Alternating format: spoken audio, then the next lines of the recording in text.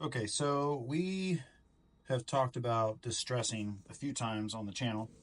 So I'm going to do the basic distressing where I have just basically misted this with a little black, and we're going to rub off the majority, which gives a pretty good distressing. You could totally just leave it like this. But we're going to show one other technique. In this case, we want to show as many details as possible.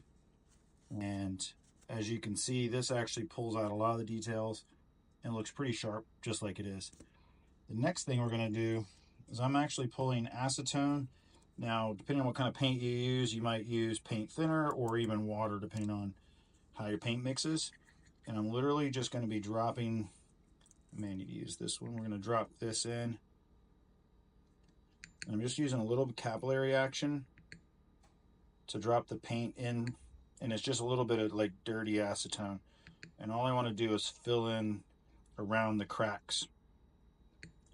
And all that's going to do once that dries, it's going to really highlight all those lines and all those little cracks and everywhere in this, because the detail in this print is so good that everywhere that there's letters or like this piece there, once I rub that off, it's going to really show a lot of excess detail. We can do the same thing on these buttons.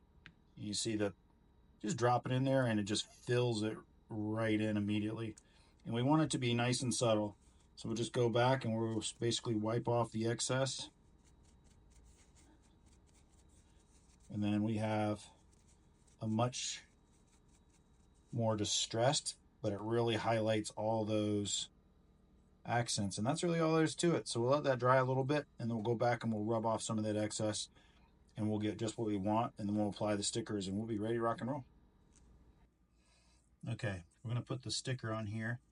So I have the blade separating the back because it's really a lot to manage with the fingers. So we're just going to work on getting that set in here to get that finished look. And there it is. Now you have what can pass as a much more authentic looking PEQ15. Hope you enjoyed it. Keep checking out the videos. We'll have a lot more coming. Deuces.